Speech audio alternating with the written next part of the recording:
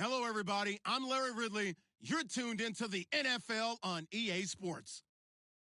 This game features a team that has been playing some of the best football in the NFL to this point in the season as they built up their undefeated record. Let's see if they can survive another difficult challenge in this one. It's the Bengals going up against the Patriots. All right, Larry, thank you very much. We are pleased, as always, to be bringing you coverage of the National Football League presented by EA Sports. Nothing like the fanfare of introductions to an NFL game, and that was in evidence a moment ago. Fireworks, pyrotechnics, you name it. This crowd is ready as their guys get set to match up between the Cincinnati Bengals and the New England Patriots.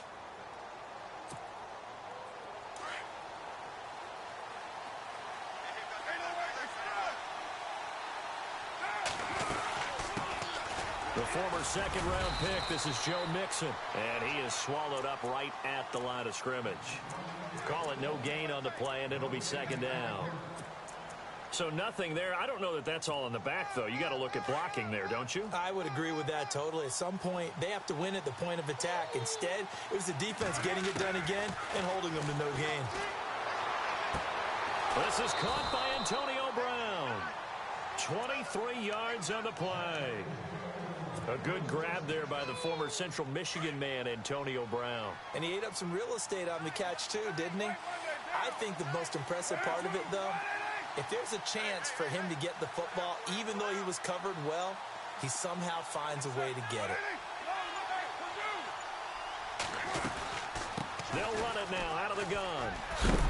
And he will be hit with a lot of force and spun down at the 46. It's a 6-yard gain on the ground, and that'll make it second and 4.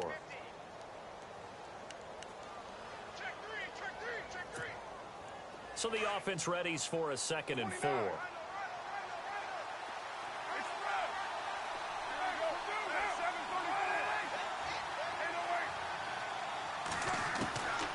Shotgun now for Carr.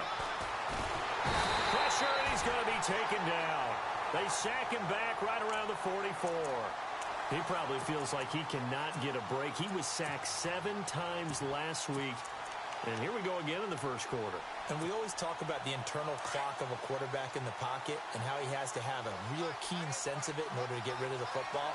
After being sacked 7 times last week, that clock has been sped up. Flushed out right. He rifles one that's intercepted. Picked off near the 32. And some room to maneuver. And they will finally get him, but not until he's all the way down inside the 15-yard line. They were ball hawks last week. They had a trio of interceptions on defense. In the first drive, they pick up right where they left off. They're creating quite a reputation for themselves, aren't they? And sometimes what happens is when they know that the defense can take the ball away, as they saw the previous week, now you try too hard to not let them take it away, and you force yourself into errors. They've intimidated them, in a sense, and gotten the ball from them. We were just talking about him pregame. 3 tackles for a loss. Last week you thought he looked so explosive on film. Starting off good there. Another one in the first quarter. He's every bit of what you described. And I don't want to make it too simplistic, but right now for him, it's see ball, get ball. And that's what he's doing really, really well, and he's doing it in the offense's backfield. And he's going to fight his way forward here for a modest gain. 5 yards on the pickup, and that's going to lead to a third down. And the defense searches for one more stop here after the run on second down.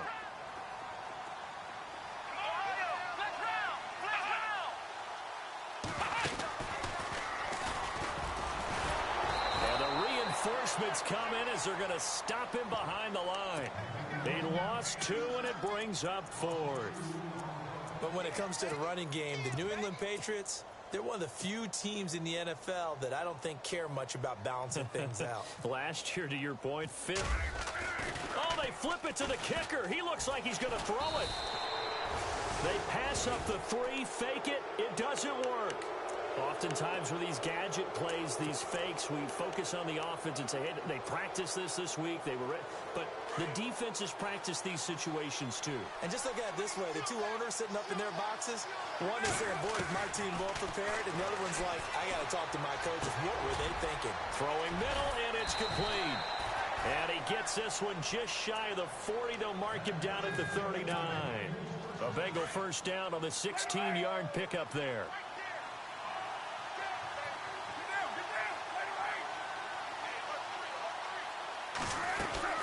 They'll run it now out of the gun. And he's across the 40, 3 extra yards to the 43. And give him 4 yards there. It'll be 2nd and 6. It's really simple to say that they know their identity, that they are a passing team. But one of the reasons that they're so successful, they know how to mix in the run and make sure that they keep the defense off balance and not able to just simply say, let's go get the quarterback and disrupt things. Here's Carr to throw. And incomplete there. A nice hit. Jars the ball free and brings up 3rd down. And this pass defense, they were sensational in the win last week, and they're looking good here so far in this first quarter. You know, we often talk about how offenses get locked in, and that runs over multiple games where they're really, in that zone. Defenses can be the exact same way, and I think we're seeing an example of it here. 12 yards that time and a Cincinnati first down. Looked like the defense put pretty good pressure on him, but he's able to flush out to his right to try and evade people. On the run, had to get on his horse. Still accurately throws a nice pass for a first down. They'll run it now out of the gun. And that play will go nowhere. Losing yardage back near midfield at the 49. That'll set them back with a loss of 3 on the play. And it'll bring up a 2nd and 13. Less than a minute to go here in a scoreless first quarter to this point. On 2nd down, here's Carr. Eluding the pressure right. And the hit jarred it loose. It's incomplete. This defense is not going to make it easy for you. They're a physical group, and we just saw it there on that play. It came in, made the contact, just as he's trying to haul it in. And here comes play number 6 on this drive.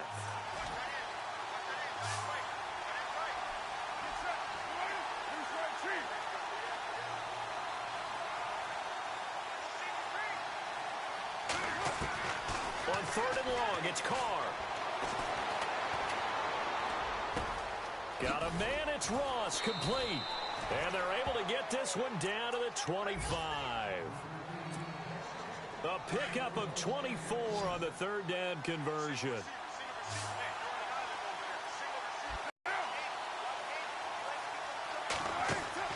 To throw, it's Carr.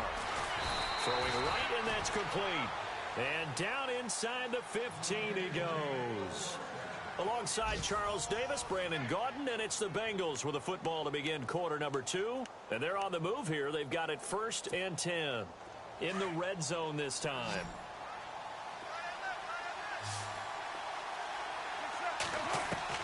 Into the red zone, it's Carr.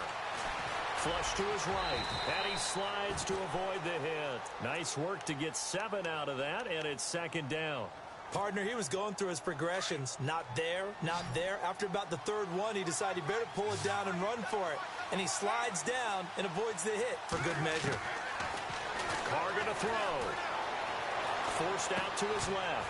And incomplete there. A nice hit. Jars the ball free and brings up 3rd down. I know every offense wants to start their snaps closer to the goal line, but it's actually harder to throw the ball in those situations. You throw into that tight coverage, you see what happens. Hard to get the ball in there. Not enough space there. Lucky maybe that it wasn't intercepted.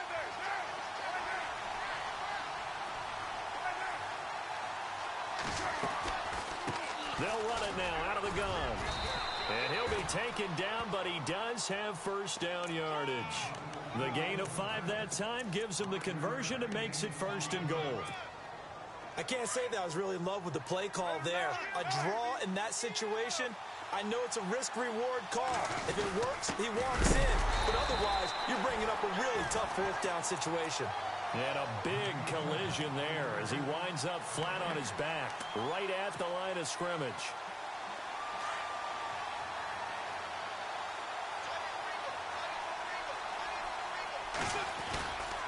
Here's a run with Mixon, and he takes it into the end zone. Touchdown, Bengals. A great effort there. His 6th touchdown of the season. And the Bengals are in for 6. And he's got it to make it 7-0 Bengals.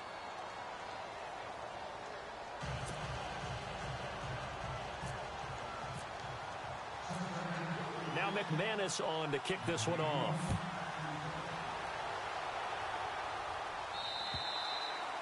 And they will not get a chance to return this one as it's through the end zone for a touchback. Now the Patriots offense, they work their way back out onto the field.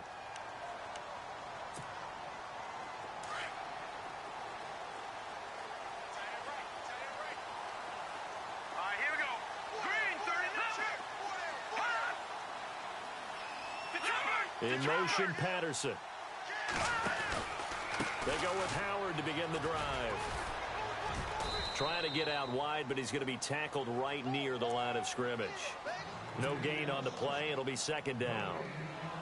He makes a wonderful play there off the corner, protecting his side of the field. Oh, that reminds me of the great defenses of old, doesn't it? The Pittsburgh Steelers, Steel Curtain. They would not let you get on the field if you could only do one thing. You had to be a complete guy, and you had to be able to tackle. Now, I know I've said this before, but you know I wasn't alive when the Steel Curtain was played. I know them, but I just want to let you know I wasn't alive. I'm going to keep peppering that in there, and one of these days you're going to think that you were.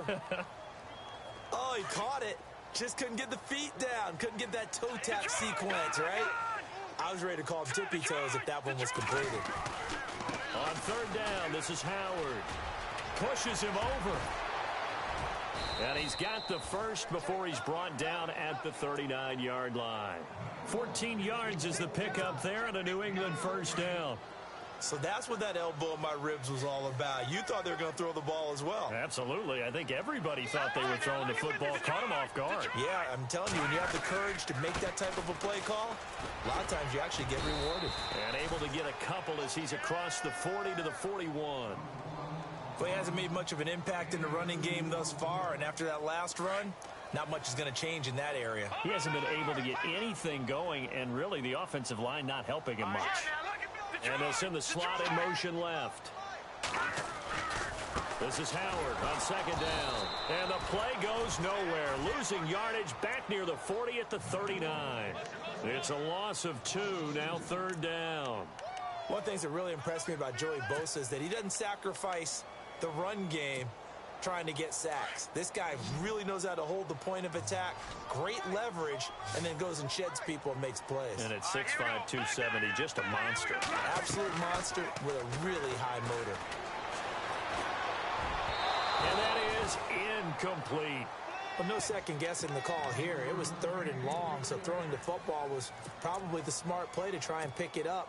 But they don't get it, and now the defense goes off the field feeling pretty good about themselves, gaining some momentum as they force them into a likely punting situation. And a fake here. Direct snap to the up man. And this doesn't end well at all as they stop him far behind the line to gain. A little trickeration there, but it doesn't fool this defense. The Bengals offense now, they head back onto the field. And they're hoping to redo their efforts in the last drive when they got into the end zone. And just think of what it's like now on the sideline, because when you score a touchdown, you have to go over and look at the tablet and see what you did on the last drive. When you scored points, it's a whole lot better view than when you're trying to figure out how to fix things there.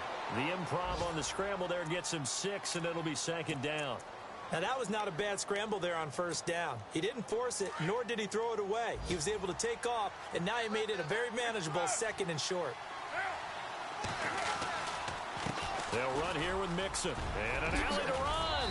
And he'll be brought down at the 27-yard line. It's an 8-yard pickup and leads to a new set of downs. Fresh set of downs here.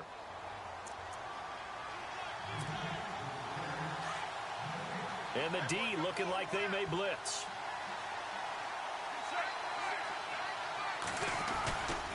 They'll stay on the ground. Mixon again. Trying to bounce it outside, but he's only able to get it back to the line of scrimmage. No gain on the play there. 2nd down. So nothing there, but maybe you blame that on the blocking. Yeah, at some point, you've got to win at the point of attack. And on that play, that was all the defense. They made it happen. Now they'll throw with Carr. His throw here's incomplete. He was looking for John Ross that time. And it's third down. That one didn't quite make it to the target, but that's not always a function of the strength of the arm of the quarterback, is it? Sometimes there's just too much pressure there. In any case, the ball doesn't arrive. And the third down pass falls incomplete. The positioning here is key. As a defensive back, you're taught 99% of the time, make a play on the football. But in this case, making a play on the man was all the difference. That's what forced the incompletion. And McManus able to put it through. And the lead moves to 10-zip. So he splits the uprights there, and I would imagine it's nice as a kicker. Right when it leaves your foot, you know it's good. Yeah, it's kind of like a golfer that picks up his tee after a nice drive without even watching it land. Solid analogy. I like it. Now the Patriots gearing up to go now.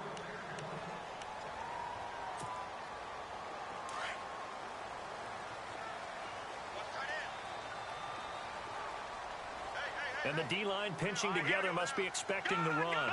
They'll send Mitchell in motion right. They'll begin the drive with Howard. And some space here. Look at the dance and the juke. And he finally goes down, but not before reaching the 21. A big play there just before halftime. 54 yards on the ground. All right, here we go. On 1st and 10, Cook. And a big turnover there as his guys will get the football back. And that's a great example of ball skills right there, partner. You and I do a lot of games, and I can't tell you how many guys look to run with the football before they've intercepted it. So that's a nice job of focusing on the task at hand and coming away with the interception.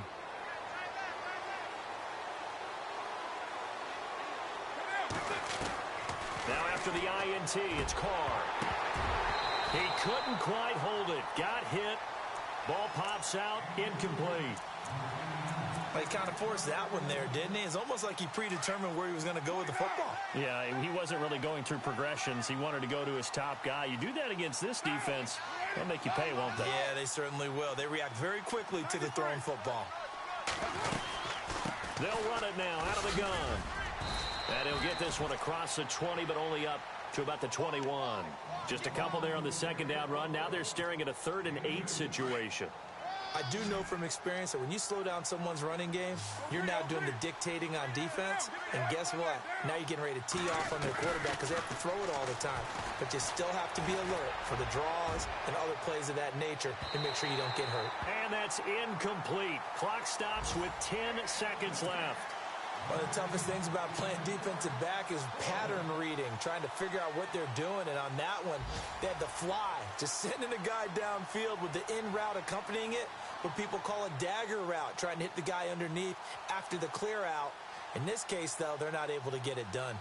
Yeah, they said forget the underneath route. They went for the guy on the fly, but as you said, incomplete. And taking a gander at the NFL scoreboard in Minneapolis. So a change of possession here on the punt. And there'll be time for maybe one final play before halftime. Early on, it's the Vikings in the driver's seat. Remember to keep an eye on the ticker, of course, at the bottom of your screen for updates on that game and others around the NFL.